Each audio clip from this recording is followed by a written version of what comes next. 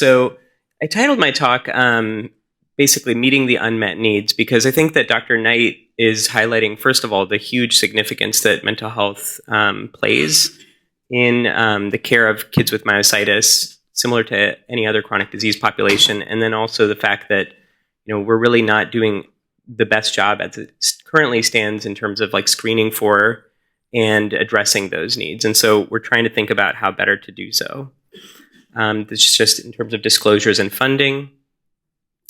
And basically the two parts of this talk, the first one will be kind of summarizing some findings from a focus group study that we were able to do last year at the family conference, and then thinking about implications for next steps.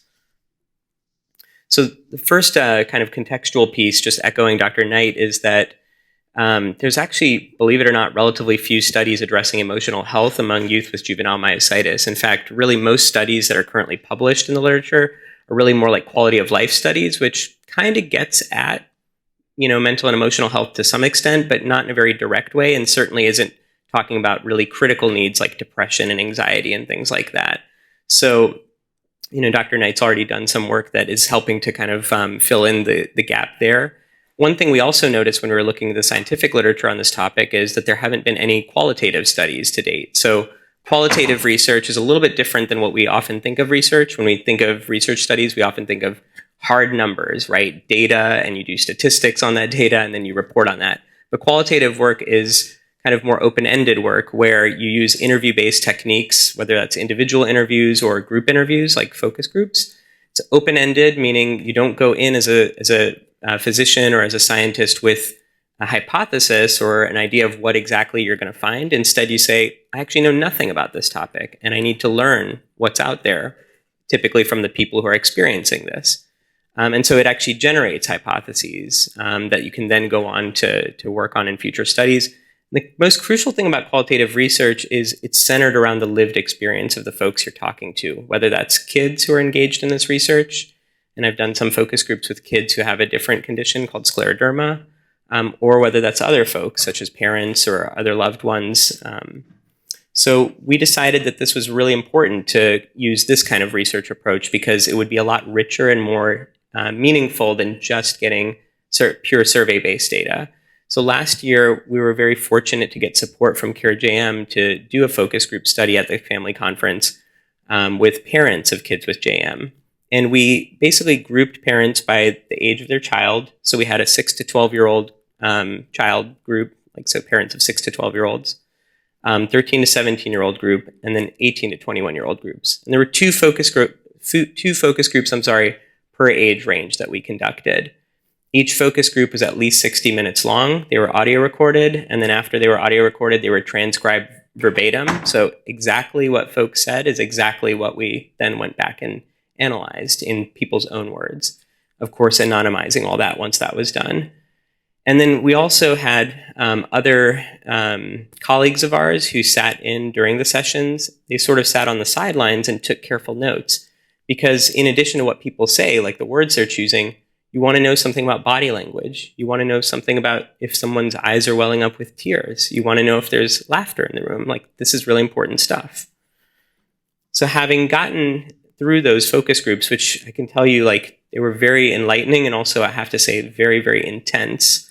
The way we kind of went about them was we started off each focus group by asking parents to list 3 words or phrases that encapsulated the JM-related emotional health challenges that their kids have faced.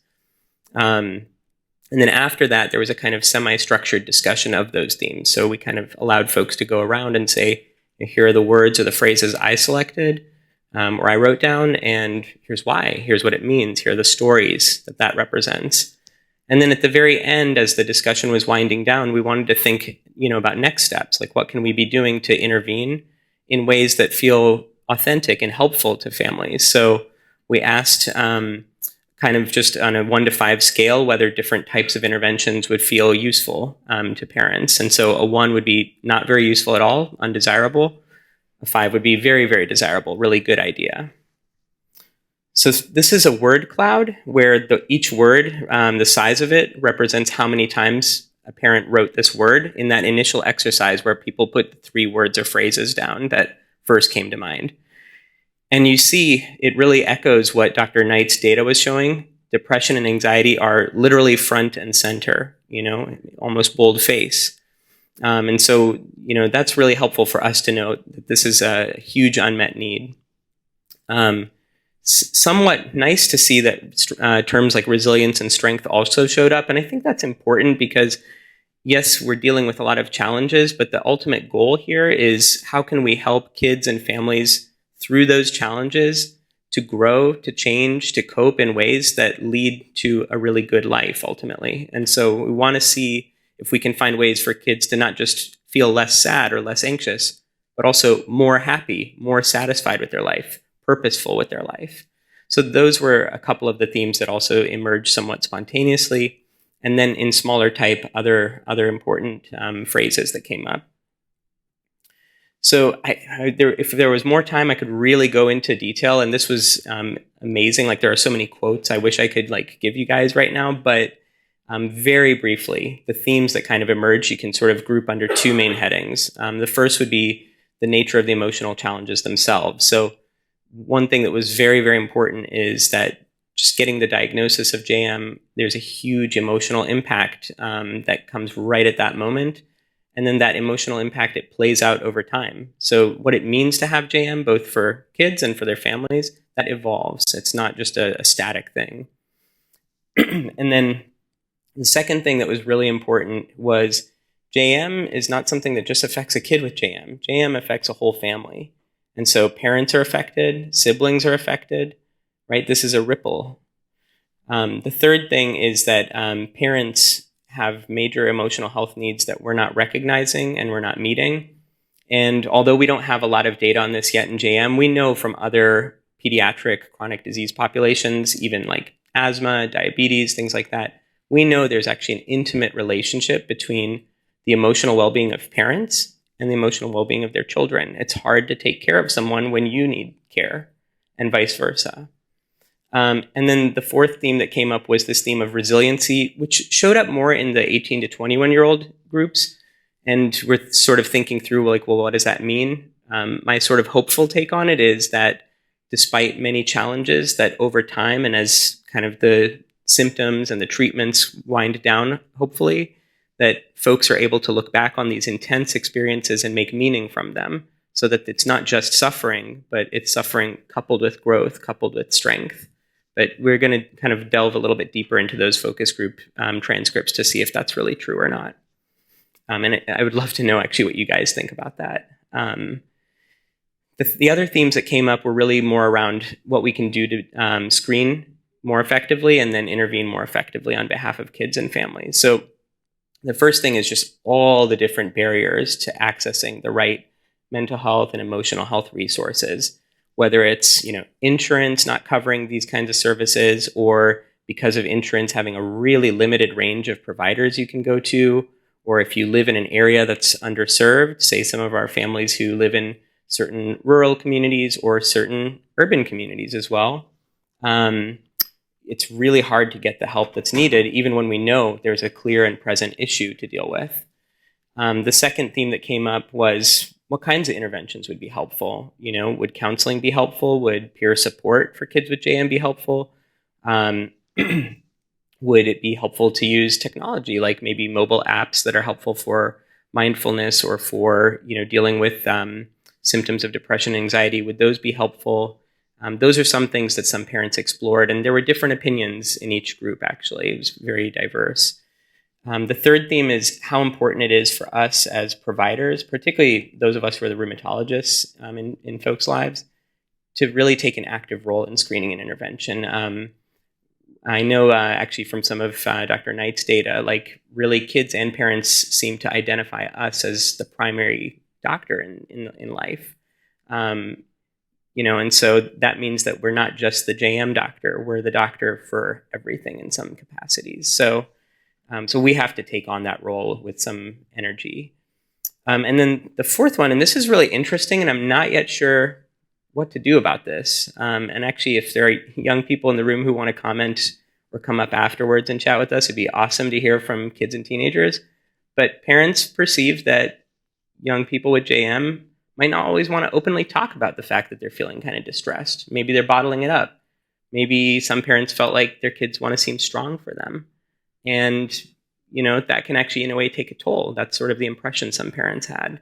So, well, what do we do about that? It's hard for us to be helpful if somebody doesn't feel ready to talk, but we also shouldn't be forcing people to talk about something if they're not ready. So, where do we go?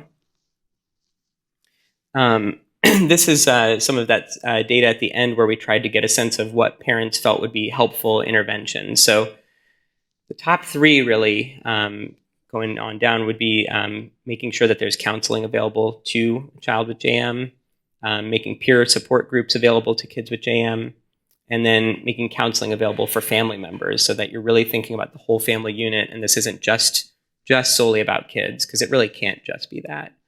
And then there was some, like more modest support for print resources, books, websites, things like that, like both in print and online. And then, some modest support for medication as well. And there's certainly a role for that. We really shouldn't underplay that. But maybe that's right in some circumstances and not so great of an idea in others. And that's a very individual decision. So next steps that we're taking, we're finishing up the analyses of these focus groups, and we hope to prepare a manuscript to publish in a peer-reviewed journal so that we can share with our colleagues in rheumatology and beyond the importance of these themes. And it's to us really cool because like what we're really doing if we publish that work is we're putting the voices of folks who were at the conference last year into the scientific literature. So you speak through that journal. I think it would be really cool at some point in the future, and we have to think about how best to do this, to actually get patient perspective. Like, we talk to parents, but what do kids and teenagers think about all this? That would be really complementary, I think, in some ways to what we learned last year. And we've seen, both from what Dr. Knight's showing and what I'm describing, that there are huge gaps in terms of screening and referral and access to quality care. And this is echoing findings in lupus and other rheumatology populations. It's not unique to JM. So that sort of leads into some other next steps that we're hoping to take to start plugging those gaps. So one thing that we've been doing, and Suzanne's been just a powerhouse, I have to say, in terms of pushing and trying to get us together as a team across institutions to think about this, is to really look at other pediatric chronic illness communities that have been tackling these issues for longer and maybe have bigger communities and bigger resources, to see what are the best practices in other communities that we can adopt and make kind of our own. So, and this isn't just a pediatric rheumatology endeavor, by the way. We have psychologists on the call, and I think hopefully we'll keep enlarging and enriching the range of folks that are involved in this kind of effort. So one example is there's the International Committee on Mental Health and Cystic Fibrosis, and they've published a wonderful paper, like basically recommending a certain approach to screening patients who have cystic fibrosis and their parents as well. So that's pretty cool, very comprehensive, for depression and anxiety. And I can actually show you from that paper kind of the flow chart. Try not to get too overwhelmed. It's actually not rocket science, as it turns out, but the top bubble up there says ongoing prevention and psychoeducation. So this is a really fancy way of saying you should be talking about emotional health with every single family. Even if folks are not reporting problems, nobody's life is simple or easy. Everybody needs ongoing supports, even if they're not clinically depressed, even if they're not clinically anxious. So be supportive to everyone and be open about this topic with everyone. But then at least once a year, and then of course as needed when there are major issues coming up, use a validated screening measure. And that's a fancy way of saying a survey that actually can really identify clinically depressed kids, clinically anxious kids, those who have the highest needs and could really be hurt by those unmet needs. Identify those kids with these kinds of screening measures. So two examples, see the kind of alphabet soup in the next bubble, PHQ-9 and G87. Those are a couple of really well-established pediatric depression and anxiety measures that can tell you if somebody feels, relatively okay versus they're kind of mildly unwell, having some mild distress, versus moderate or really severe depression or anxiety. And based on how kids score on that, then you would kind of determine like what to do next. So if it's pretty mild and it kind of falls within the range of distress that, anyone could experience in their daily life, still have to be supportive and still give education on like ways to cope and manage that. But if we're starting to get into more moderate or severe range depression and anxiety symptoms, then we really need to have like an action plan to make sure that, you know, this is addressed, and also, frankly, for the safety of kids as well, because this can be really dangerous if depression or anxiety is not well treated. And so that may involve, you know, getting the help of psychologists and getting counseling. And it also might involve the use of medications alongside that, so that you're really tackling this from every possible approach. And then this doesn't end. You don't just do this one time. This should recur. So if things are fine this year, screen again next year and the year after. There's some stuff we'd have to work on to adopt this. So, you know, for example, this model is also proposed for the parents of kids with cystic fibrosis. I think that's an awesome idea. There are actually a lot of complexities around executing that. Like, for example, in our medical record systems, typically there's not a simple way to create a record for a parent. And so you can't really screen for a medical condition in a parent if you can't document it properly, right? So, I mean, there's a lot of logistical stuff, but at least we're now thinking about it and seeing what other communities are doing. And maybe we can take this to our various institutions and say, let's take action on this. The other thing that might have to change, I think, if we adopt this for JM, is this guideline is for kids 12 years old and up. Well, the median age, so the kind of the average age at which kids first get JM is 7 years old. You know, so we're going to need to start thinking about what are the measures we can use to identify early childhood distress, which may not be the same as what it looks like to have depression or anxiety symptoms as a teenager or a young adult. And we have some discussions ongoing about the best ways to do that. Excuse me. Some other work that we're trying to do to advance this set of goals. So Dr. Knight mentioned the Childhood Arthritis and Rheumatology Research Alliance, or CARA.